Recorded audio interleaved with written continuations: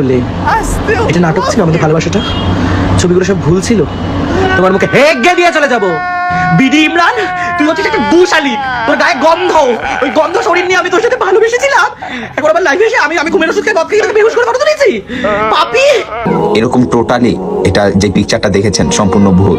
আমি এরকম টাইপের না। হে গাইস, আসসালামু আলাইকুম। I am Shahadat, welcome to my new video. তো কেমন আছো তোমরা? বরাবরের মতো নতুন একটি ভিডিও নিয়ে হাজির হলাম আমরা। অলরেডি তো বুঝেই গেছো আজকে কি নিয়ে ভিডিও করতে চলেছি। হ্যাঁ গাইস, আজকে স্যান্ডিসা আর ইমরানের পিছন লাল করতে এসেছি। স্ক্রিপ্ট না করে ফুল ভিডিও দেখতে থাকো, ভিডিও দেখে মজা পাওয়া এটা তোমরা শিওর থাকো। তো বেশি কথা না বলে আজকে ভিডিও শুরু করা যাক। আসসালামু আলাইকুম। এরকম করে আমার 5 বছরের ক্যারিয়ারটা ধ্বংস হয়ে যাবে আমি কখনো ভাবতেও পারিনি। আমি মুসলিম পরিবারের সন্তান, আমি কখনো এতে পারবো না, কারণ আমি আমার নবীকে বিশ্বাস করি, আল্লাহকে বিশ্বাস করি। হ্যাঁ, আমি 5 ওয়াক্ত নামাজ পড়ি না ঠিকই, কিন্তু মাঝে মাঝে তো নামাজ পড়ি। নিজেকে মুসলমানও দাবি করস, আবার হিজড়ার সাথে রাত কাটাস। বাহ রে ভাই বাহ। বলছি দিনে কয় বেলা খাস? ডেট পেল খাস আর রাত্রে হিজড়া চাস। হিজড়ার সাথে কেমনে করিস? তুই কি মজা পাস? এটা যে পিকচারটা দেখেছেন সম্পূর্ণ ভুল। আমি এরকম টাইপের না। হিজড়ার সাথে কিস দিয়ে পিক তুলিস, আবার বলিস এটা টোটালি ভুল। তোদের মতো কিছু পুরুষের জন্য এখন পুরুষ জাতি কলঙ্ক।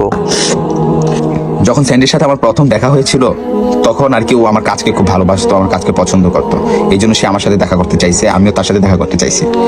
তখন আর কি যখন রাত্র হয়ে গিয়েছিল তারা হচ্ছে মানে কয়েকজন মিলে জুস টাইপের কিছু খাচ্ছিল। কি কি কি আবার বল?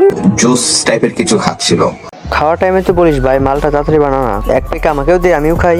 আর এখন সাদো সাদো যে ওটার নামই জানিস না, তুই যেমনি বলতেছিস মনে হয় তুই দুধের দোয়া তুলসী পাতা। একটা কথা কি জানিস না, এক হাতে কখনো তালি বাজে না। ওটা আমিও খাইছি, তখন প্রচন্ড একটা ঘুম ঘুম ভাব হয়েছিল।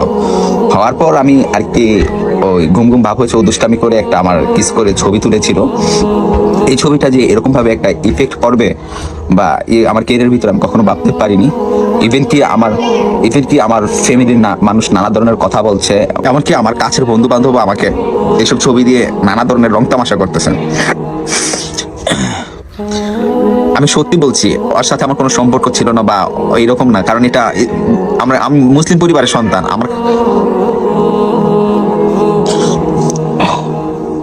আমি সত্যি কথা ভাবছি, এরকম সম্পর্ক জড়ানোর আমার কোনো চিন্তা ভাবনাই ছিল না, কারণ আমি একদিন না একদিন এই পৃথিবী থেকে চলে যাব আর রোজ হাসরের ময়দানে দাঁড়াবো। পরকালকে আমি প্রচন্ডভাবে বিশ্বাস করি। পরকালকে বিশ্বাস করিস তাহলে হিজড়ার সাথে কেমন রাত কাটাস? এত যদি পরকালকে বিশ্বাস করতি তাহলে হিজড়ার সাথে রাত কাটাতে পারতি না। স্যান্ডিসা ইমরানকে নিয়ে কিছু কথা বলে, চলেন সেগুলো দেখে আসি। ইমরান, বিডি ইমরান, তুমি কি বললে এটা নাটক ছিল, আমাদের ভালোবাসাটা ছবিগুলো সব ভুল ছিল। তোমার মুখে হেগে দিয়ে চলে যাব। বিডি ইমরান, তুই হচ্ছিস একটা দুশালিক, তোর গায়ে গন্ধ, ওই গন্ধ শরীর নিয়ে আমি তোর সাথে ভালোবেসেছিলাম। একবার আবার লাইফে এসে আমি ঘুমের ওষুধ খেয়ে মদ খেয়ে বেহুশ করে ফটো তুলেছি। পাপি সালা সাবাস।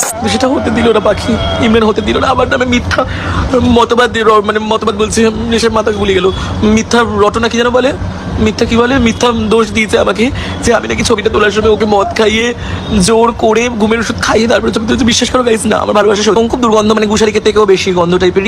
রিতা মিনা কার্টুনের থেকেও বেশি মানে গন্ধটা ব্যাপার আর কি।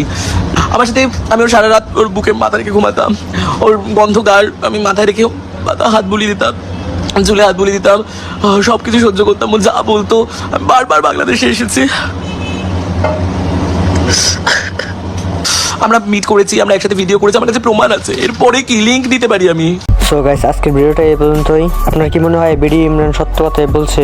আপনার মতামত কমেন্টে জানান। দেখা হবে পরের ভিডিওতে, সে পর্যন্ত সবাই ভালো থাকবেন, সুস্থ থাকবেন। আল্লাহ হাফেজ।